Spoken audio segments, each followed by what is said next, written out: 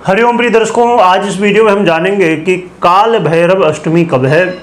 भगवान भैरव जो भगवान शिव के अवतार हैं, उनकी जयंती मनाई जाती है। तो ये भगवान काल भैरव की आराधना के लिए सर्वश्रेष्ठ दिन माना जाता है, क्योंकि भगवान काल भैरव की आराधना करने से सभी पापों का नाश हो जाता है और जीवन में जितनी भी बाधाएं होती हैं वो दूर होती हैं। खासकर भगवान भैरव की आराधना, भैरव जी की सिद्धि प्राप्ति के लिए जो लोग तंत्र आदि से संबंध रखते हैं, यदि आप तंत्र से जुड़े हुए हैं तो आप बहुत अच्छी तरह से जानते ही होंगे कि सिद्धियों में, जब सिद्धियों के विषय में आप जानना शुरू करेंगे तो उसमें भगवान काल भैरव की आराधना बहुत महत्वपूर्ण होती है।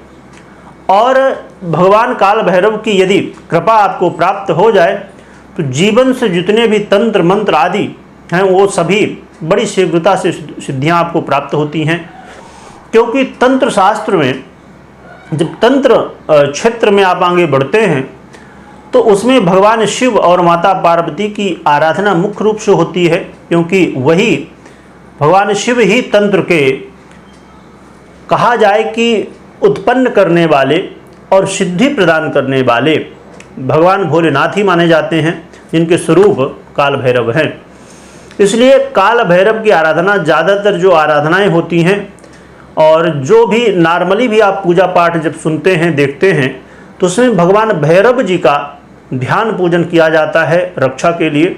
इसलिए यदि आपके जीवन में आप कहा जाए कि चाहे रोग की बाधा हो, चाहे तंत्र मंत्र की बाधा हो, चाहे नज़र आदि आपको या आपके घर में बच्चों को या किसी को लगती हो, तो ये सभी समस्याओं के लिए भगवान काल भैरव की आराधना करते हैं तो ये सभी समस्याएं आपकी दूर होती हैं।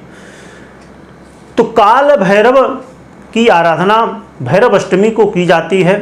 ये मार्गशीर्ष मास के कृष्ण पक्ष की अष्टमी को मनाया जाता है। तो 2024 में कब है?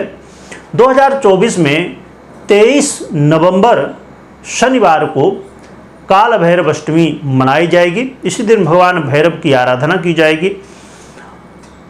यदि नॉर्मली हम समझें तो भगवान भैरव की जो पूजा का समय होगा वो शाम को, क्योंकि रात्रि में और संध्या काल में किया जाता है, तो शाम को 5:15 बजे से 5:15 से लेके और 7 बजे तक आप इसके बीच में कर सकते हैं। परंतु यदि आप तंत्र साधना करते हैं तो फिर आपको ये ज्ञात होगा कि ये आराधना रात्रि में निशा काल मध्याह्न काल में, रात्रि के मध्याह्न काल में, दिन के नहीं, रात्रि के मध्याह्न काल में विशेष रूप से की जाती है। अन्य अन्य आराधनाएं हैं, उनकी अलग अलग विधियां हैं, अलग अलग स्थितियां हैं। तो आप कौन सी आराधना करते हैं उसके विषय में आपको जानकारी होगी ही। तो ये बहुत महत्वपूर्ण साधना है और तंत्र में यदि आप जुड़े हैं या जुड़ना चाहते हैं तो इसके लिए ये जो अष्टमी होती है भैरव जी की, ये बड़ी महत्वपूर्ण होती है। क्योंकि भैरव जी की कृपा प्राप्त करने का मतलब है भगवान भोलेनाथ की कृपा प्राप्त करना, और जब भगवान भोलेनाथ की कृपा प्राप्त हो जाए तो तंत्र के क्षेत्र में आपको सिद्धियां बड़ी शीघ्रता से प्राप्त होती हैं। वीडियो देखने के लिए बहुत बहुत धन्यवाद।